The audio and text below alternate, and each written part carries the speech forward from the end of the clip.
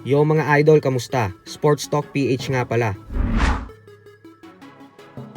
Ang laban ni Stevenson, pag-usapan natin yan mga idol.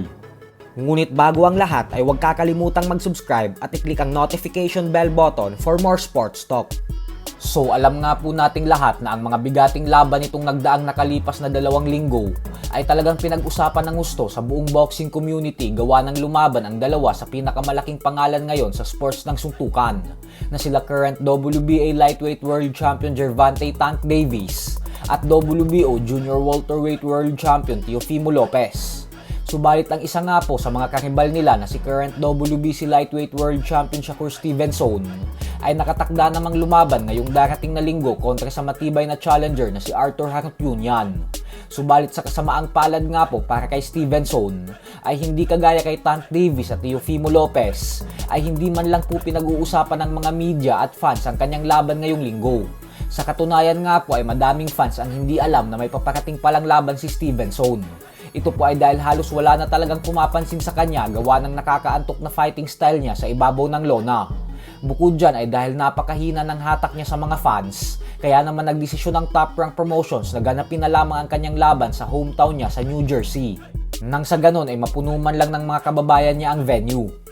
Alam na din ni Stevenson na mahina na ang appeal at hatak niya sa mga fans nang dahil sobrang itong tumatakbo at halos ayaw nang makipagsabayan sa mga kalaban niya. Dahilan kung bakit sobrang kulang ng aksyon ng mga laban niya. Kaya naman dahil dyan ay sinabi na mismo ni Stevenson sa press conference kanina na pangako niya umano na makikipagsabayan na siya sa laban niya sa linggo kung saan hindi na umano siya tatakbo at bagkus makikipagpalitan daw talaga siya ng suntok ng harap-harapan kontra kay Harut-Yunyan.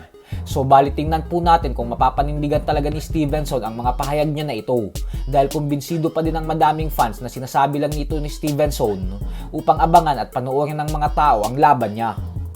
Sa kabilang banda naman mga idol ay lakas loob nga pong sinabi ng former 2 Division World Champion Devin Haney na tinatarget niya umanong umakyat ng dibisyon sa lalong madaling panahon upang harapin ang former pound for pound king Terence Crawford.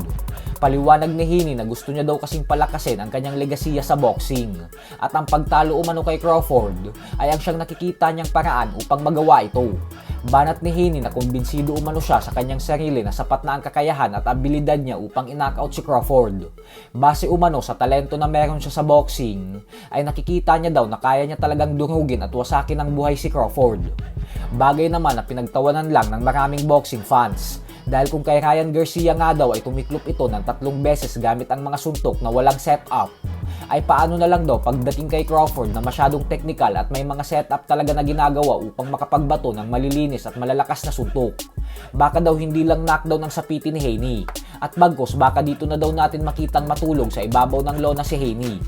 Kumbinsido po kasi ang mga tao na masyadong malayo pa ang level ni Crawford kumpara kay Haney.